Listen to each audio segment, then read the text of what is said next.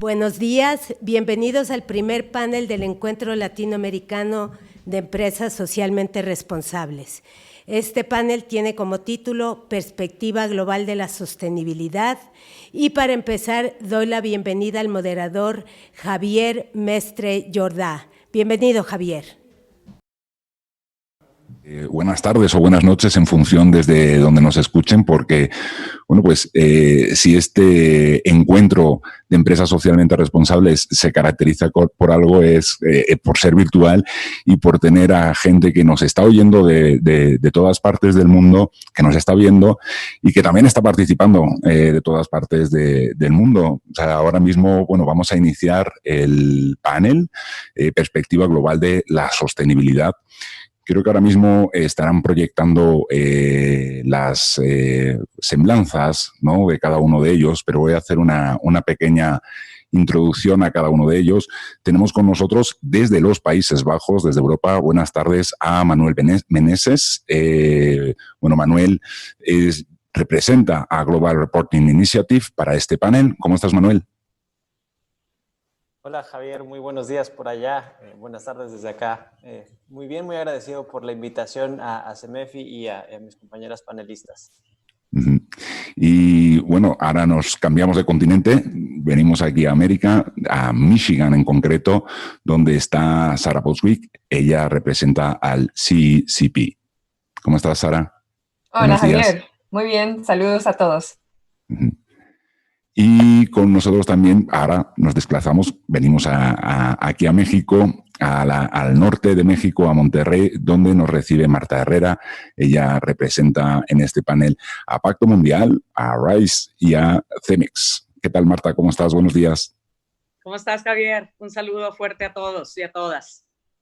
Muy bien, bueno, pues le explico a la audiencia y a los participantes. Se trata de un conversatorio en el que vamos a hablar sobre la perspectiva global, sobre perspectivas globales, ¿no?, de sostenibilidad. El año 2020 comenzaba como el primer año de una década muy importante de cara a alcanzar la Agenda 2030, por ejemplo, ¿no?, los Objetivos de Desarrollo Sostenible. 2030, el año 2030 también es un año, digamos, en el que debíamos cumplir con muchas metas, pero claro, la intervención del coronavirus, ¿no?, de la COVID-19, bueno, pues le ha dado un cariz diferente quizá a la sostenibilidad, unas perspectivas nuevas, y eso es lo que vamos a intentar repasar durante el panel de hoy. Entonces, se trata de hacerles unas pequeñas preguntas en torno a este tema. Y me gustaría empezar por ti, por Marta. Marta, desde tu posición, como hemos comentado, desde organizaciones globales como Pacto Mundial, RISE o CEMEX, ¿cuáles son las tendencias más destacadas en sostenibilidad y cómo están tratando de apuntalarlas? Bueno, gracias Javier, gracias Pili y a todo el gran equipo de CEMEFI. Felicidades por los 20 años. Bueno, pues creo que estamos todos de acuerdo que estamos enfrentándonos a una situación global específica, ¿no?, que está viniendo a cambiar de manera radical la forma de nuestro estilo de vida, de nuestras relaciones, de nuestro trabajo, ¿no? Y esta crisis que ha sido muy importante, obviamente, gestionar desde la perspectiva de salud y desde la perspectiva de continuidad operativa, está siendo muy, muy crítica hoy. Todos los esfuerzos que podamos hacer en esta etapa de recuperación. Yo veo dos tipos de tendencias, ¿no? Las tendencias de corto plazo, obviamente, que no las esperábamos, y las tendencias de mediano y largo plazo, que ya están siendo también de corto. Pero por un lado, en las de corto plazo, estamos todavía viviendo el manejo de la crisis, porque en algunos países todavía estamos viviendo este tema a 100%. Yo creo que el tema más importante está siendo la sobrevivencia, ¿no? El asegurar la continuidad operativa, el poder seguir fortaleciendo los protocolos de salud y seguridad, el innovar acciones, adaptarnos a lo que estamos viviendo y en lo externo, apoyando mucho y evaluando mucho cómo apoyar el tema de la cadena de valor, de la cadena de suministro y cómo hacer alianzas, ¿no?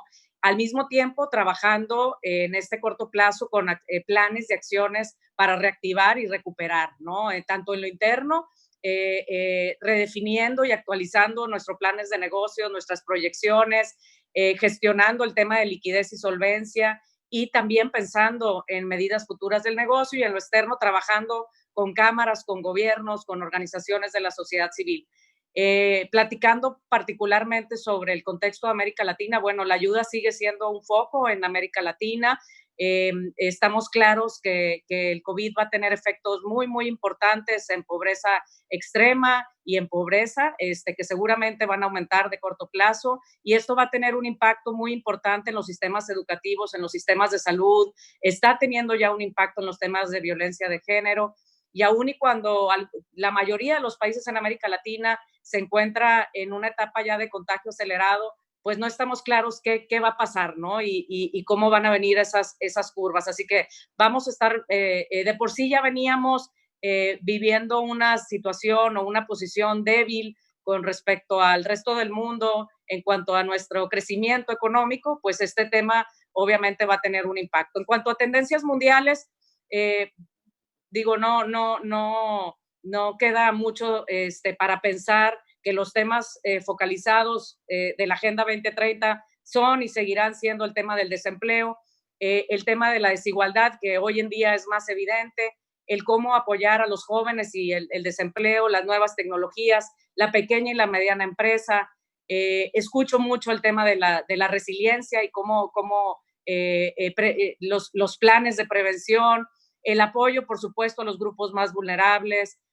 Mucho estamos escuchando temas de bienestar, de equilibrio personal, los temas de suministro médico, del personal médico, que dicho sea de paso, hoy es el día de la enfermera y el enfermero, así que felicidades. Los temas de infraestructura en el sistema de salud, y no menos importante sigue siendo el tema del medio ambiente y el cambio climático, los temas de transparencia y comunicación. Así que en la parte de recuperación o activación, mucho hacia el interior, actualizando planes de negocio, estrategia con los colaboradores, cómo revitalizar el entorno de nuestras operaciones, y hacia afuera, temas de comercio mundial, cómo requerir que se levanten barreras comerciales a los gobiernos, las cadenas de valor regionalizándose. En el tema de consumidores veo mucho consumo solidario, ojalá que haya más, ¿no?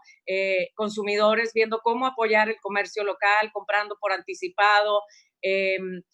Obviamente los consumidores viendo con buenos ojos aquellas empresas que siguen manteniendo a sus empleados. Muchos temas de salud mental. Esto lo he visto a nivel mundial, ¿no? Estamos siendo testigos de los impactos que está teniendo el COVID en la preocupación, en la ansiedad, en la inestabilidad. Entonces, a todas las edades, ¿no? Entonces, estamos viendo que este es un gran tema. Las organizaciones de la sociedad civil es otro tema, porque requieren apoyos para sus gastos operativos, para poder sobrevivir, y por otro lado están buscando voluntarios con habilidades que les ayuden, con talento, etcétera.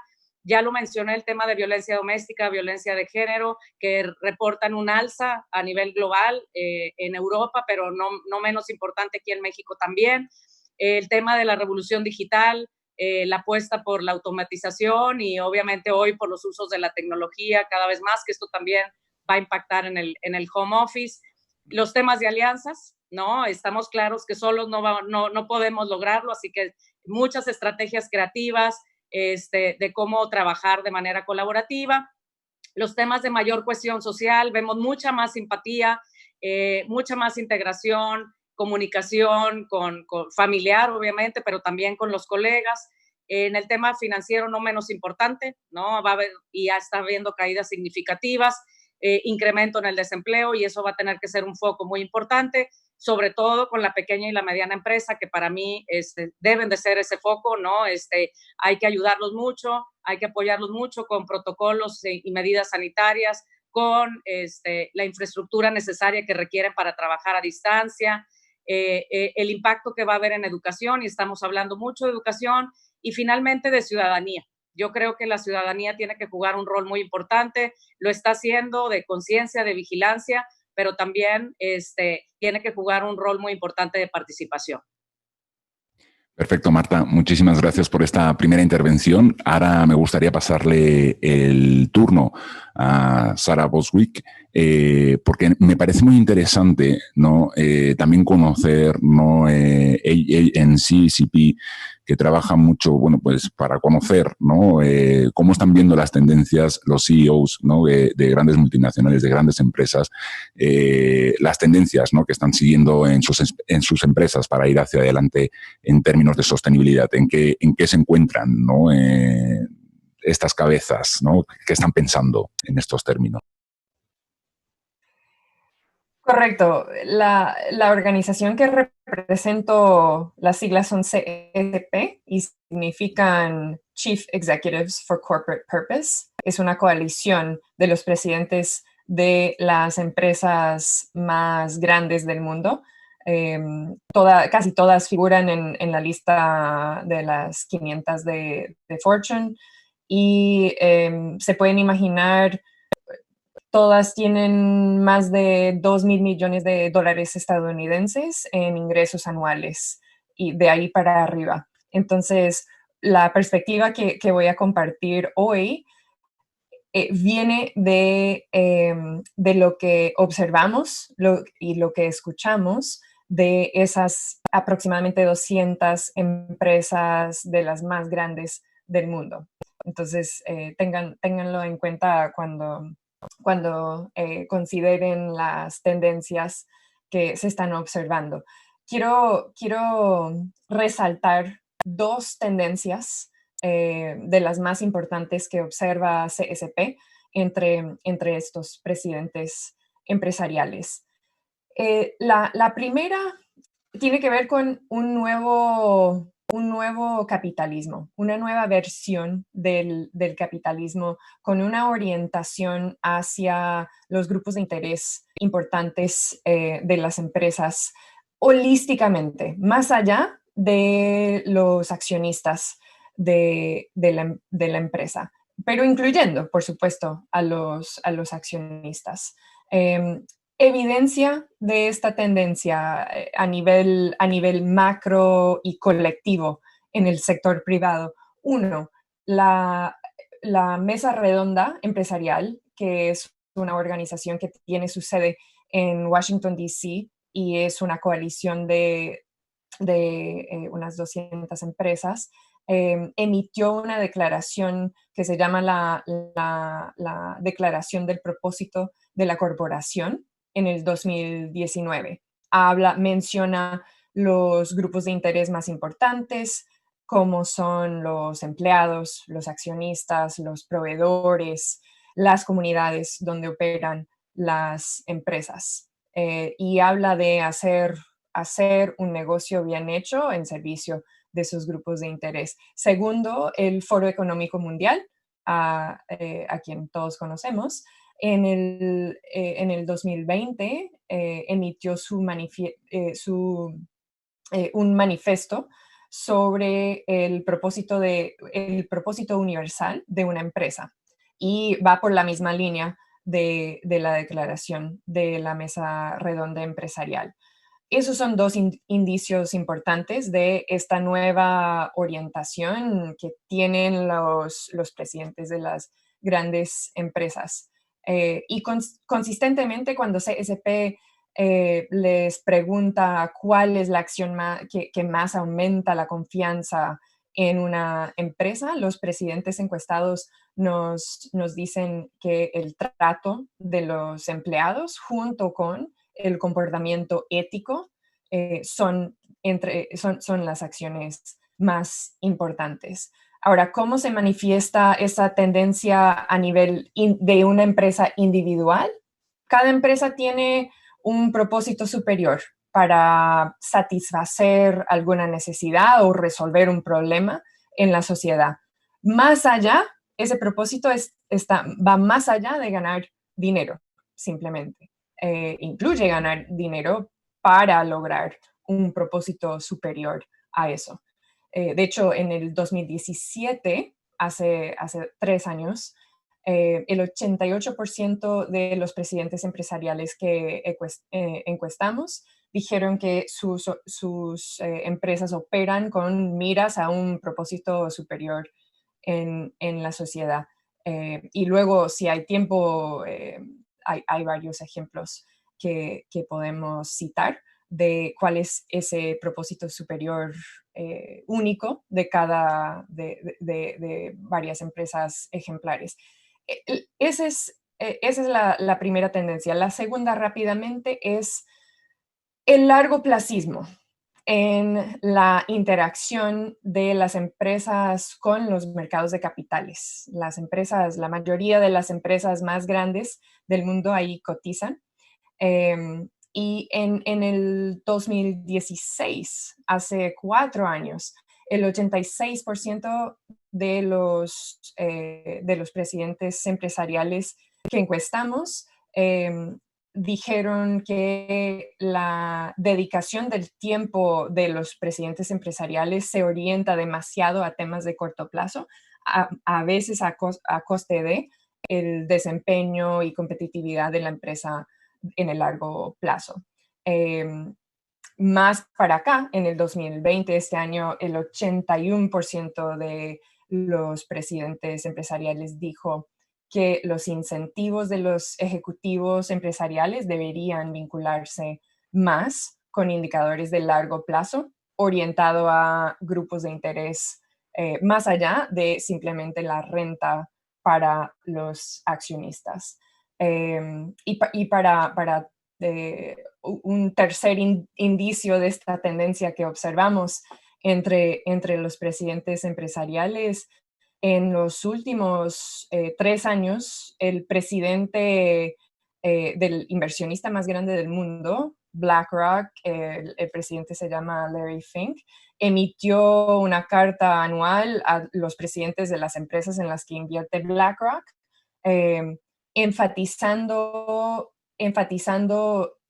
el servicio a los grupos de interés y hacer el negocio con un propósito superior. Y de hecho, él predice una transformación de la inversión, de los mercados de capitales y el financiamiento en los mercados públicos a la luz del cambio climático. Él, de hecho, llama al propósito superior corporativo como él lo llama el motor de la rentabilidad. Entonces, 2 tendencias: nuevo capitalismo y manifestado como propósito superior en las empresas, más allá de la rentabilidad, y 2, el largoplacismo en los mercados de capitales. De acuerdo, pues muchísimas gracias por esta primera intervención, Sara. Ahora mismo pues cambiamos de continente, nos vamos a Europa, a los Países Bajos, donde está Manuel Meneses. Como les comentaba al principio, bueno, pues Manuel nos representa aquí a Global Reporting Initiative, ¿no? Y me interesa mucho, Manuel, que nos indiques qué tendencias globales en sostenibilidad podemos encontrar, podemos leer entre líneas de estos reportes, ¿no? Bajo estos estándares. Pues muchísimas gracias, Javier. Efectivamente, desde el viejo continente, pero con el corazón siempre en México. Así que encantado y agradezco la oportunidad de nuevo a CEMEFI por estar compartiendo desde la perspectiva justamente de GRI, de las tendencias en sostenibilidad muy orientadas hacia la práctica del reporting. Brevemente, una introducción a GRI para quienes no estén familiarizados con la organización. Somos una organización independiente, referente en el tema de elaboración de estándares de sostenibilidad. Por más de 23 años hemos desarrollado estos estándares que son los que las empresas utilizan para entender, para transparentar, y me alegra mucho que Marta mencionara la transparencia como una de las tendencias, para transparentar sus impactos en el ámbito social, económico y, por supuesto, el ámbito ambiental. ¿Por qué lo hacemos? Porque tener un entendimiento de estos impactos, sí tanto positivos, pero también del lado negativo, un balance, nos puede ayudar como empresas, pero también como sociedad a tomar decisiones mejor informadas para poder transitar hacia la sostenibilidad. En términos generales, tenemos 37 estándares en estas 3 áreas que ya mencionaba: social, ambiental y económica. Y solo mencionaría muy brevemente que cuando hablamos del reporting con GRI, 2 cosas. Uno se conecta a lo que Sara decía. El abordaje que hace o que tiene la organización o que propone la organización a través de este marco es considerando a los múltiples grupos de interés, a los stakeholders. Y cuando decimos los múltiples, nos referimos efectivamente no únicamente a los socios, a los inversionistas, pero nos referimos también a los empleados, colaboradores, a los proveedores, a las comunidades en donde estas organizaciones están operando. Entonces, este es un acercamiento importante. En cuanto a tendencias globales en sostenibilidad, de nuevo, siguiendo esta lógica de la organización que vengo a representar aquí, quisiera rescatar algunas que son muy relevantes. Por supuesto, no podemos dejar de lado y seguirá siendo una tendencia la Agenda 2030, ¿no? Estamos a 10 años de culminar con este plazo que nos pusimos como comunidad internacional para lograr estos 17 objetivos con sus metas y con sus respectivos indicadores.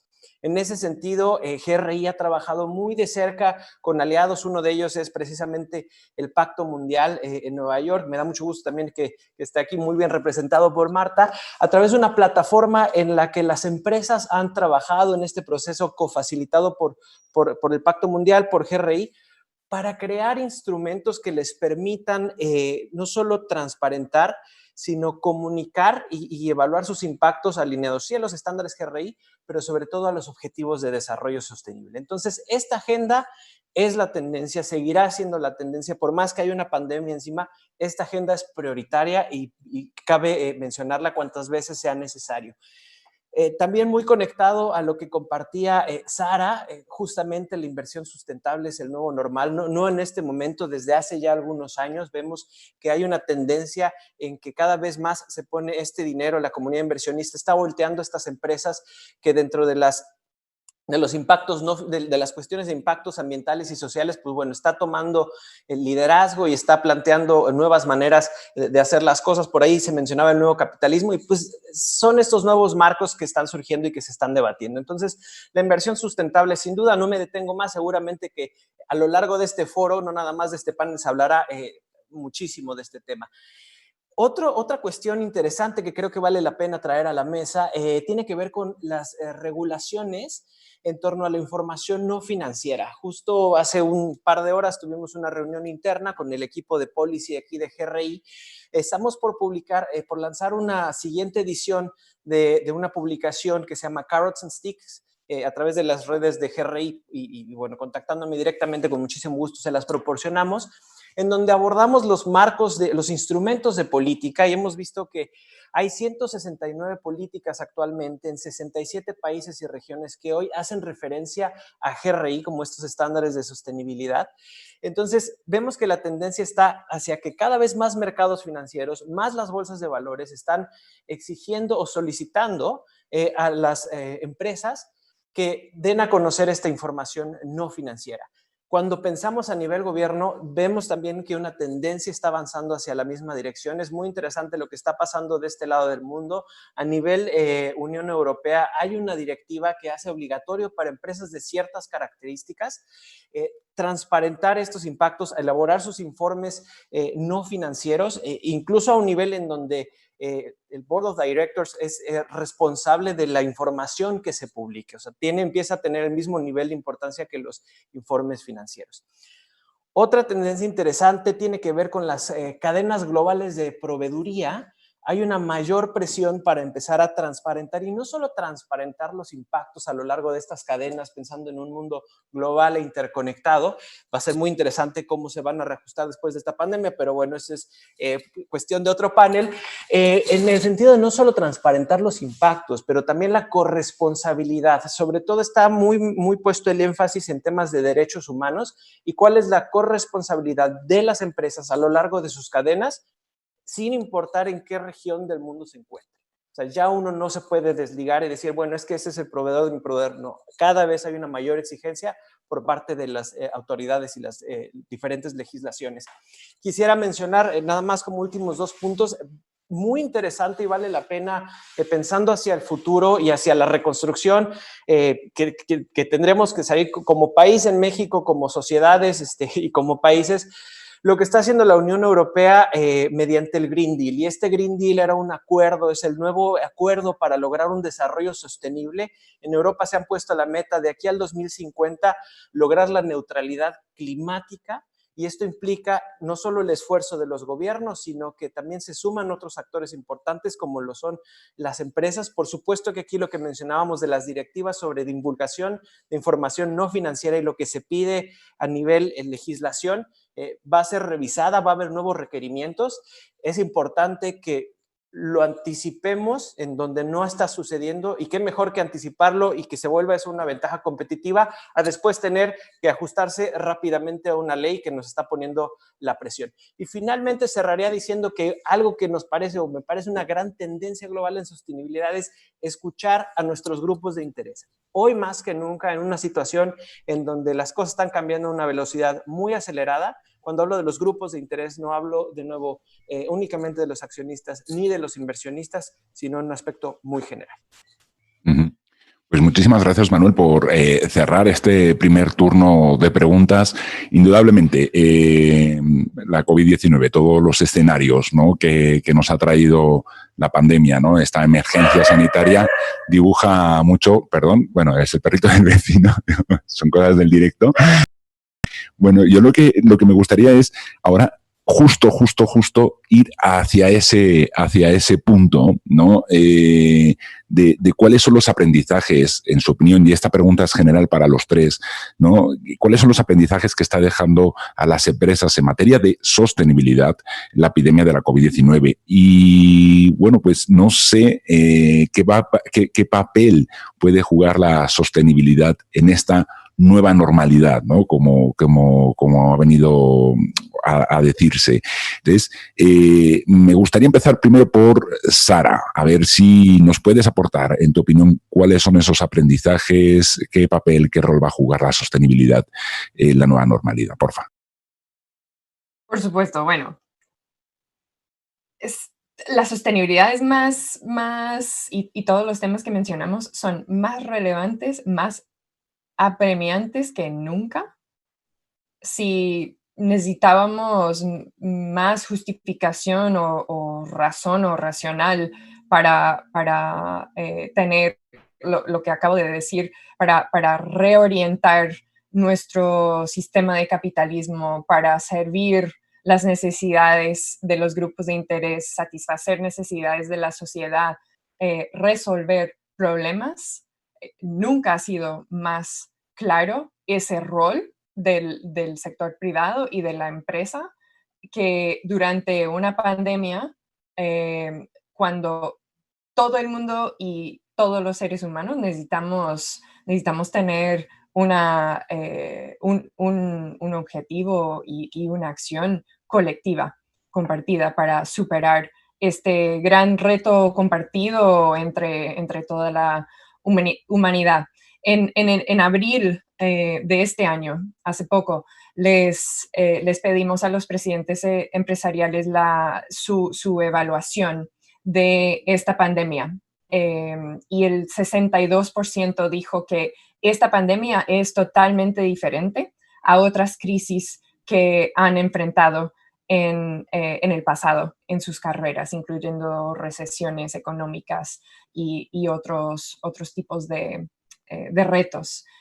Dicho eso, la pandemia sí ha acelerado las tendencias que ya hablé, que ya venían desarrollándose en el mundo y en el sector privado. Y el propósito superior de las empresas perdura, no se mueve, ni se desaparece, ni se abandona ante una crisis como la pandemia. Hay ejemplos de presidentes empresariales que han priorizado los empleados, los clientes, los proveedores, a pesar de a veces grandes costos o inversiones que resultan en pérdidas financieras en el corto plazo, como tener que anular el dividendo que normalmente se plantearía para una empresa. Y en abril 2020 les preguntamos si la importancia de su propósito superior establecido para su empresa ha cambiado en las últimas semanas en este contexto tan difícil. Y ninguno de los presidentes empresariales dijo que no, y todos dijeron que es igualmente o más importante ese propósito superior como un norte que en el pasado. En términos del largoplacismo, esa tendencia sigue para adelante. De hecho, en abril de este año, abril fue un mes de bastante movimiento. La Comisión Nacional de Valores en los Estados Unidos emitió una declaración oficial alentando a las empresas que cotizan en las bolsas a divulgar a sus inversionistas sus planes de largo plazo para responder, recuperarse y reinventarse a la luz de la COVID-19. Esto es grande por dos razones. Uno, porque por lo menos en Estados Unidos y en la mayoría de los mercados del mundo, la Unión Europea está más avanzada en este tema, pero en muchos mercados las regulaciones no requieren o no especifican directrices para la divulgación de información de largo plazo de la empresa. Hay reglas sobre el próximo trimestre, por ejemplo, o el próximo año, pero el largo plazo no. Y segundo, esto es grande porque la Comisión Nacional de Valores en Estados Unidos suele marcar la pauta que siguen las otras comisiones de valores en otros mercados. Y eso es evidencia de cómo la pandemia está orientando más a las acciones y la trayectoria del futuro. Gracias, Sara. Manuel, en tu opinión, ¿cuáles son los aprendizajes que nos está dejando la pandemia en materia de sostenibilidad? ¿Qué papel va a jugar la sostenibilidad en la nueva normalidad? Pues en términos muy generales, bueno, de entrada los impactos y los aprendizajes son distintos para diferentes sectores, para diferentes regiones del mundo, con características muy particulares. Entonces, eso pone cierta complejidad y es muy importante tenerlo presente. Sin embargo, algo que va a ser cada vez más frecuente es que la mira probablemente esté puesta en la pregunta de qué tan resilientes son nuestras organizaciones y qué tan preparadas están frente a una contingencia. Y aprovecho esto para, alineado a los 3 ejes de impactos que se evalúan a través de los estándares, hacer algunas menciones muy breves. Empezaré por la parte ambiental. De alguna manera, esta pandemia nos ha permitido meter el dedo en el agua, ¿no? y ver la temperatura. ¿Y a qué me refiero con esto? Ha paralizado economías, ha paralizado ciudades, se han tomado decisiones que uno no hubiera imaginado que se tenían que tomar a una velocidad como no lo habíamos visto jamás, ninguno de los que estamos aquí presentes. ¿Y por qué digo que nos ha permitido meter el dedo en el agua? Es preocupante saber que el incremento de la temperatura va a continuar por inercia, y esto es de acuerdo con el Centro Europeo de Previsiones Meteorológicas, a pesar de los pesares, a pesar de este parón momentáneo, ¿no? Y es importante tener muy presente que esta crisis en la que hoy nos encontramos no es nada comparada con la crisis que va a generar el cambio climático. Estamos hablando de una crisis que será sin duda más profunda y irreversible. Esto va a acabar en algún momento. Cuando hablamos de una crisis del cambio climático, eso va a ser mucho más profundo e irreversible. Y también va a tener efectos en cuestiones de la salud humana y en cuestiones de la economía. Entonces, creo que esa es una gran lección. Entender en dónde estamos parados, darnos cuenta de lo que puede representar, es una escala pequeña de lo que puede representar la crisis climática. En cuestiones sociales, y ya también por ahí Marta lo mencionaba cuando hablaba de estos efectos, Tristemente será más evidente, y un ejemplo que me gusta mucho es cuando uno de repente levanta la sábana y se deja ver lo que había abajo. La desigualdad ahí está. Va a ser más evidente cuando veamos los efectos de esta pandemia, los efectos de la crisis económica que han empezado y que se van a venir con más fuerza. Y esto va a poner mucha presión en diferentes actores de la sociedad, ¿no? No podemos pensar, en este caso, como empresas o como organizaciones, que las demandas de las sociedades van a ser las mismas. Las demandas de las sociedades van a ser distintas, van a cambiar. Hoy la sociedad está poniendo una lupa a cuestiones relacionadas con cómo estas empresas están protegiendo a sus empleados, por ejemplo. ¿Cómo es la relación de estas empresas con los proveedores? Hoy esto está bajo la lupa y sin duda que el día de mañana habrá consecuencias. Va a ser muy interesante conectándolo con el proceso de elaboración de los informes, ver y comparar cuáles fueron los impactos en estos distintos ámbitos. En el eje económico o en la parte económica, un debate por más interesante es cómo se va a reactivar todo esto sin volver a la normalidad en la que estábamos, que parecía que era todo menos sostenible, ¿no? ¿Cuáles son estas nuevas alternativas?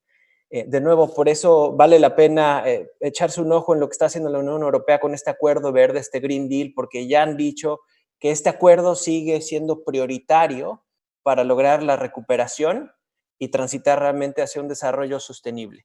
Con sus bemoles entendemos la diferencia que hay a nivel de desarrollo en la Unión Europea y por cuestiones históricas, en fin, vale la pena revisarlo.